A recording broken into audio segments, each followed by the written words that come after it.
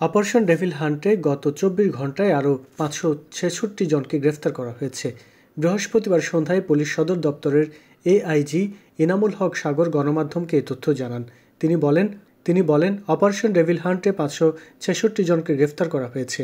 এছাড়া এই বিশেষ অপারেশন সহ অন্যান্য অভিযানে গতকাল থেকে আজ পর্যন্ত ১,৬৬৫ জনকে গ্রেফতার করা হয়েছে। এদিকে আজ পুলিশ সদর দপ্তরে এক প্রেস বিজ্ঞপ্তিতে বলা হয়, গ্রেপ্তারের পাশাপাশি গত ২৪ ঘণ্টায় ২টি বিদেশি পিস্তল, ২টি ম্যাগাজিন, ৫ রাউন্ড গুলি, একটি সোরা ও একটি রামদা উদ্ধার করা হয়। প্রসঙ্গত, গত ৭ ফেব্রুয়ারি গাজীপুরে সাবেক মন্ত্রী আকম মোজাম্মেল হকের বাড়িতে শিক্ষার্থীদের উপর হামলার ঘটনা ঘটে।